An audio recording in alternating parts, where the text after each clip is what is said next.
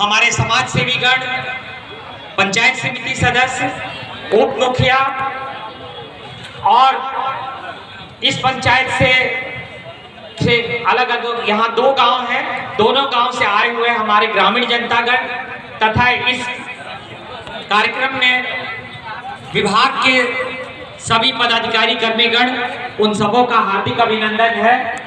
मैं आप लोगों को ये जानकारी देने के लिए उपस्थित हुआ हूँ कि ये कार्यक्रम का उद्देश्य क्या है। आप सभी जान रहे हैं कि सरकार का ये 3रा साल है। ये सरकार का जब गठन हुआ, हम लोग बामुश्किल कोरोना काल से उभरे थे, तो विकास की गति थोड़ी धीमी थी। उस गति को थोड़ा आगे बढ़ाया गया और उस क्रम में एक कार्यक्रम गत वर्ष आयोजित किया गया, सरकार आपके द्वार कार्यक्रम। उसमें सरकार की कल्याणकारी योजनाओं का जमीनी हकीकत का सर्वे हुआ। उस अनुसार आने वाले दिनों में हम लोगों ने जो भी इसकी आहर्ता रखते हैं उनको सरकार की योजनाओं से जोड़ा। वर्तमान सरकार ने पुनः ये महसूस किया है कि अभी भी उन सब योजनाओं में कुछ लोग जुड़ने के लिए रह गए हैं।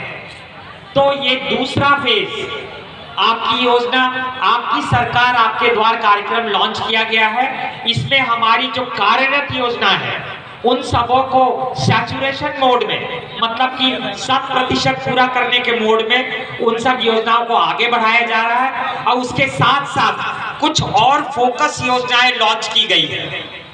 जो सामान्य योजना जो चलती रहती है उसके बारे में आपको जानकारी है, आपको पुनः मैं जानकारी दिलाऊंगा। उनमें भी अगर आप उनके लाभ लेने से वंचित रह गए हैं, उसका भी आप अपना आवेदन आज के कैंप में दे सकते हैं। उसके साथ साथ जो नई फोकस योजना है उसके बारे में भी जानकारी मैं दूंगा, उसको भी आप उसका आवेदन दें। और ये सारी नई जो फोकस योजना है ये बेहद ही कल्याणकारी है और सरकार की सकारात्मक सोच को दर्शाती है।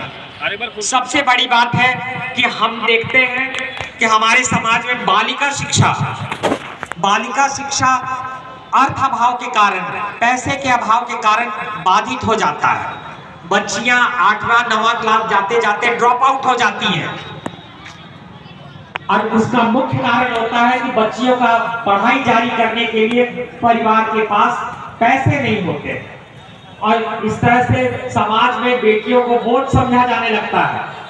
तो राज्य सरकार ने एक नई योजना शुरुआत की है, सावित्रीबाई फूले किशोरी समृद्धि योजना। इसमें 8वीं क्लास से 12वीं क्लास की बच्चियों को, हर परिवार की प्रथम 2 बच्चियों को आर्थिक सहायता दी जाएगी ताकि वो अपना पढ़ाई जारी रख सके। 8वां और 9वें क्लास की बच्चियों को 2500 रुपये, 10वीं 11वीं 12वीं क्लास की बच्चियों को 5000 रुपये और जो बच्चियां वोटर लिस्ट के हिसाब से 18 से 19 साल के बीच में है उनको एक मुश्त 20,000 रुपये देने का प्रावधान है। बस इसमें कोई जाति प्रमाण पत्र की आवश्यकता नहीं है, वो विद्यालय में नामांकित है कि नहीं, सरकारी विद्यालय में, बस विद्यालय के प्रधान जो अध्यापक है उनका रिकमेंडेशन काफी है। ये योजना का लाभ हमारे बाल विकास परियोजना कार्यालय के माध्यम से, उसका स्टॉल हमारे यहाँ लगा हुआ है।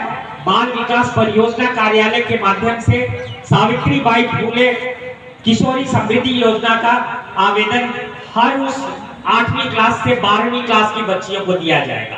यहाँ जितनी भी माताएं हमारी उपस्थित हैं वे अपनी बच्चियों को जो 8वें में है, 9वें में है, 10वें 11वें 12वें में, उनका आवेदन कराइए और इस योजना से लाभ उठाइए। इसके साथ साथ हम सभी जान रहे हैं कि हमारे समाज में जितने भी वृद्धजन हैं, विधवा हैं, दिव्यांग हैं, उन सबको पेंशन दिया जाता है।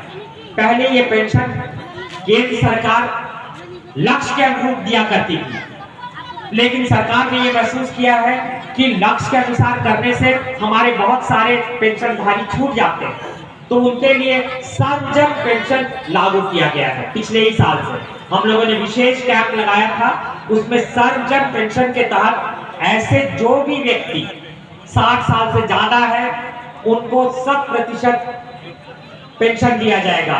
लक्ष्य इसका कोई नहीं है, जितने लोग हैं उन सभी को दिया जाए। उसके साथ साथ हमारी जो विधवा माता बहनें हैं उन सबों के लिए भी सर्वजन पेंशन के तहत पेंशन दिया जाएगा। इस पंचायत में तो हमारे आदिम जनजाति के परिवार नहीं है, लेकिन आप लोगों को जानकारी दे दे रहे हैं कि जहां कहीं भी आदिम जनजाति के परिवार हैं उस परिवार के एक मुखिया महिला को आदिम जनजाति पेंशन दिया जाता है। ये राशि उनके जीविकोपार्जन के लिए बहुत ही सहायक सिद्ध हो रही है। तो सर्वजन पेंशन का लाभ उठाएं। इस पंचायत में हम सभी जान रहे हैं कि ये पंचायत में 2 राजस्व ग्राम है, जबलदाहा है, हिरणपुर बाजार है। यह महज संयोग है कि ये दोनों हमारा गांव जो है शहरी प्रकृति का गांव है। यहाँ रिहायशी ज्यादा एरिया है, लोग ज्यादा रहते हैं, सघन आबादी है। फिर भी जो हमारे वृद्ध जन हैं, जो हमारे विधवा जन हैं, उनको सर्वजन पेंशन से हम लोग आच्छादित करेंगे। उसके बाद फोकस योजना लागू की गई है हमारे कल्याण विभाग के द्वारा, मुख्यमंत्री रोजगार सृजन योजना के तहत। आप सभी जानते हैं कि रोजगार करने के लिए बैंकों से ऋण लिए जाते हैं।